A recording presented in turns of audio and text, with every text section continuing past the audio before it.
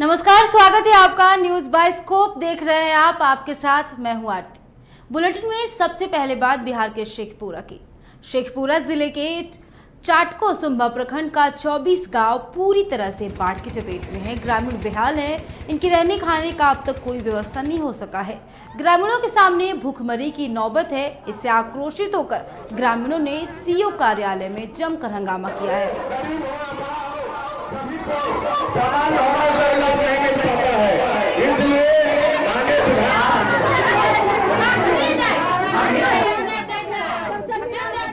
तस्वीर में आप देख सकते हैं कि कैसे बाढ़ से परेशान होकर एक तरफ ग्रामीण सीओ कार्यालय के बाहर हंगामा कर रहे हैं, तो वह दूसरी तरफ बाढ़ के कारण 24 गांव जलमग्न हो चुका है। अब गांव के लोगों के सामने रहने और खाने की समस्या आ पड़ी है। लोगों में भूखमरी की नौबत आ गई है। ऐसे में लोग कहीं और आश्रय लिए हुए हैं। आखिरकार लोग जाए तो जाए कहाँ। व्यवस्था कर दीजिए, हमारा तिरपाल को व्यवस्था कम से कम कीजिए। मेरा घर घर जा करके जांच कर लीजिए। अभी से घर दीवार हमको घर दीवार।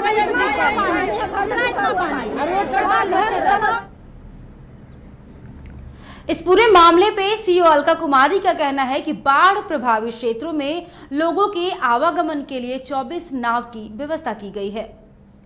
हमेशा से ये इसको जल जमाव ही था। इस बार स्थिति पहले से थोड़ी ज़्यादा गंभीर हो गई। कितना गांव लगभग प्रभावित हुए हैं? मेरे पूरे 5 पंचायत प्रभावित हो गए। उसमें लगभग 24 गांव हैं जो पूरी तरह घिर गए हैं पानी से। और फिर क्या मैंने लाभ की योजना क्या चलाई जा रही है लोगों के लिए? जिला के जैसे जैसे जिला से निर्देश प्राप्त होगा उसी निर्देशों के आलोक में वैसे वैसे राहत सामग्री उन तक पहुँचाई जाए। परेशानी हमको रहने का, खाने का, इस तरह की परेशानी होगी। इसके लिए हम लोग जैसे उनको परेशानी होगी तो उसके लिए 6 उच्च शरण स्थल चिन्हित किए गए हैं। खाने की व्यवस्था भी उसी तरह जैसे सूखा राहत सामग्री की अगर आवश्यकता होगी तो उसी तरह। झारखंड के शिक्षक मनोज सिंह 5 सितंबर को राष्ट्रीय शिक्षक पुरस्कार से सम्मानित होंगे। जी हां, देश भर के 44 शिक्षक इस पुरस्कार के लिए चयनित हुए हैं, जिन्हें राष्ट्रपति रामनाथ कोविंद सम्मानित करने वाले हैं। खेल खेल में बच्चों को किस तरह से पढ़ाया जाता है, ये अगर सीखना हो तो झारखंड के जमशेदपुर के शिक्षक मनोज सिंह से सीखे। जिस स्कूल में वे टीचर थे उस वक्त स्कूल के पास अपना भवन नहीं था। पेड़ के नीचे स्कूल का संचालन किया जा रहा था, जहां पे शिक्षक मनोज सिंह ने बच्चों को कभी खेत में तो कभी मैदान में तो कभी बाजार में ले जाकर नए नए तरीके से खेल खेल में बच्चों को पढ़ाते थे, जिसके लिए आज उन्हें राष्ट्रपति शिक्षक पुरस्कार के लिए चुना गया है। वहीं शिक्षक मनोज सिंह का कहना है कि यह हमारे लिए बहुत गौरव की बात है। साथ ही साथ अब जिम्मेदारी पहले से ज्यादा बढ़ गई है। लेकिन नहीं, बच्चा खुद करेगा। और उसके लिए क्या करते हैं यहाँ पर नेशनल अवार्ड टू टीचर 2021 के लिए हमारा स्टेट से नाम गया था और नेशनल लेवल पर 44 टीचर्स का सिलेक्शन हुआ है। तो झारखंड से उसमें मेरा एक लौता नाम है, तो अपने आप में मेरे लिए बहुत बड़ा मायने रखता है। और एक शिक्षक के लिए राष्ट्रपति से पुरस्कार प्राप्त करना सपने से कम नहीं होता है। और मुझे अब एक और राष्ट्रपति पुरस्कार की गरिमा को बढ़ाने के लिए, बरकरार रखने के लिए और भी अच्छा करने के लिए प्रेरणा मिला है। हम लोग एक शिक्षक को राष्ट्रपति पुरस्कार मिलना हम लोग विद्यालय के लिए बहुत गर्व की बात है। और मनोज सर को जो टोटल भारत में 44 शिक्षक को मिला है राष्ट्रपति पुरस्कार, झारखंड में मात्र एक शिक्षक को मिला है। तो इसलिए हम लोग को और गर्व हो रहा है कि झारखंड से हम लोग एक नाम चुना के गया है। और उनको राष्ट्रपति पुरस्कार मिलने का उनको 100% जो उनका जो होता है हक। बिहार में शिक्षक गतिविधियों के साथ साथ एमडीएम जैसे गैर शैक्षिक कार्यों में लगे गुरुजी को इस कार्य से मुक्ति मिलेगी। राज्य सरकार ने शिक्षकों को एमडीएम के कार्य से मुक्त करने का फैसला लिया है। पटना में पायलट प्रोजेक्ट के एनजीओ स्कूल में पका पकाया एमडीएम पहुंचाने का काम करेगा। पायलट प्रोजेक्ट की सफलता के बाद योजना को राज्य के दूसरे जिलों में भी शुरू किया जाएगा। इसके साथ ही सरकार बीपीएससी के माध्यम से शिक्षकों और प्रधानाध्यापकों की बहाली करेगी और इसके लिए सरकार अलग कैडर भी बनाएगी। यह जानकारी औरंगाबाद दौरे पे आए जदयू संसदीय बोर्ड के अध्यक्ष और पूर्व केंद्रीय मंत्री उपेंद्र कुशवाहा ने दी। मिड डे डे मील में टीचर का इन्वॉल्वमेंट न हो, इस बात को ध्यान में रखते हुए बिहार की सरकार ने भारत सरकार के सामने प्रस्ताव दिया और भारत की सरकार ने उसको स्वीकार भी कर लिया है। अभी पायलट रूप में कुछ जिला में मिड डे मील का काम स्वतंत्र एजेंसी के जिम्मे सौंपा जा रहा है। मास्टर साहब को बिल्कुल उस काम से मुक्त किया जा रहा है, तो इससे भी शिक्षा की गुणवत्ता और बेतिया के नरकटियागंज में महावीर पेट्रोल पंप पे असामाजिक तत्वों ने जमकर उत्पात मचाया।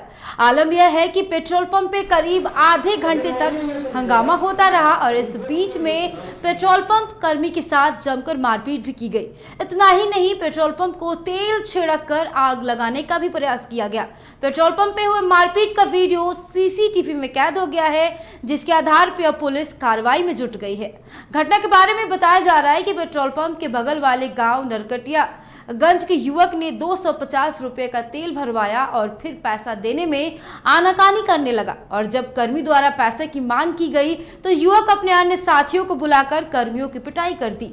हंगामे के बीच ही एक युवक द्वारा तेल छिड़क कर उनकी आग लगाने की कोशिश भी की गई। घटना की सूचना मिलते ही पुलिस मौके पर पहुंची और मामले में रंगदारी, आग लगाने के प्रयास और मारपीट के मामले में प्राथमिकी दर्ज कर जांच में जुट गई है। ये तस्वीर आप सीसीटीवी की देख रहे हैं, जहां एक तेल भरवाने आए युवक ने पेट्रोल पंप कर्मी के साथ न सिर्फ मारपीट की बल्कि पेट्रोल पंप में आग लगाने की कोशिश भी की गई।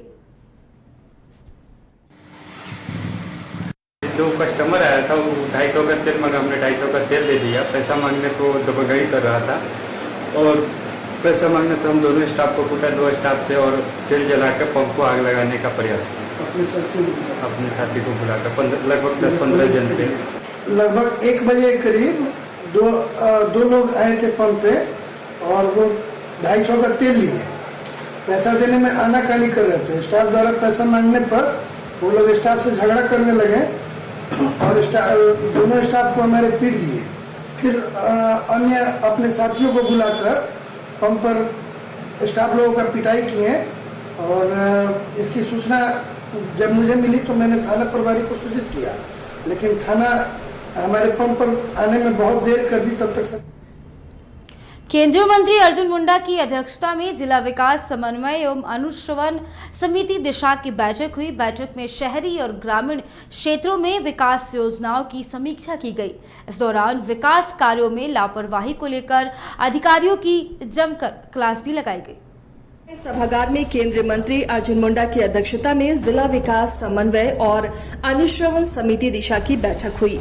बैठक में ग्रामीण और शहरी क्षेत्रों के लिए चलाई जा रही केंद्रीय और राज्य प्रायोजित योजनाओं की समीक्षा की गई। बैठक के बाद मीडिया के सवालों का जवाब देते हुए दिशा के अध्यक्ष अर्जुन मुंडा ने कहा कि ऐसी बैठकें चलती रहती हैं। इसके माध्यम से विकास योजनाओं को आगे बढ़ाया जाता है।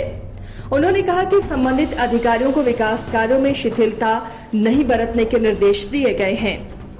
और आज दिशा की बैठक इस कोविड प्रोटोकॉल को मेंटेन करते हुए हुआ, जिसमें सभी जनप्रतिनिधि इस बैठक में मौजूद थे और उनके जो क्वायरी थी उसका आंसर पदाधिकारियों ने दिया है।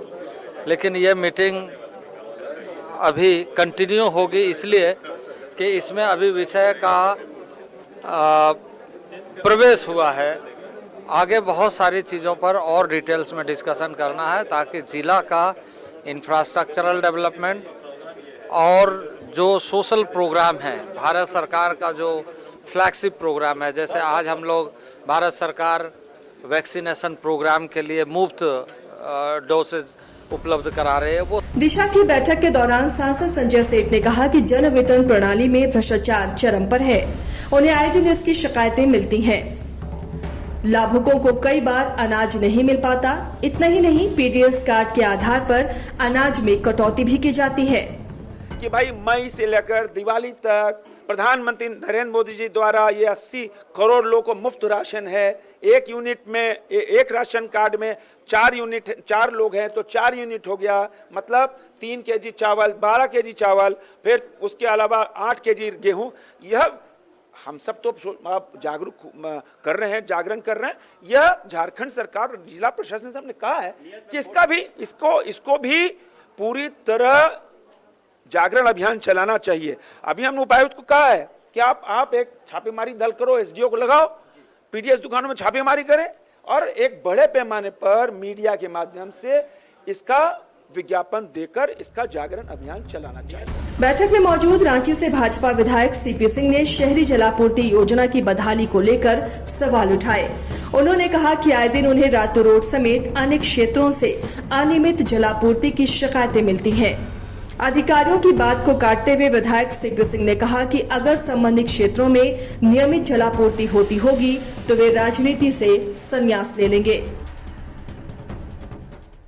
और बार बार लोग अधिकारियों को बोलने के बाद भी कि भाई गरीबों का अनाज क्यों कटेगा? यदि उसे 35 किलो अनाज मिला है तो 35 किलो मिलना चाहिए, 30 किलो मिलना है तो 30 किलो मिलना चाहिए, लेकिन ये राशन दुकान वाले काट लेते हैं। और मैंने बार बार कहने के बाद भी इस तरह का उस पर लगाम नहीं लग रहा, तो उसी पर मैंने कहा कि पूरा अनाज मिलता है, तो उसी पर मैंने कहा कि चलिए या तो आप इस्तीफा दे दीजिए या तो मैं राजनीति से संन्यास ले लेता हूँ। हुए केंद्रीय मंत्री अर्जुन मुंडा ने साफ तौर पर कहा कि पहली बैठक नहीं है, इसी बैठक लगातार जारी रहेगी जिससे विकास कार्यों को तरजीह दी जा सके।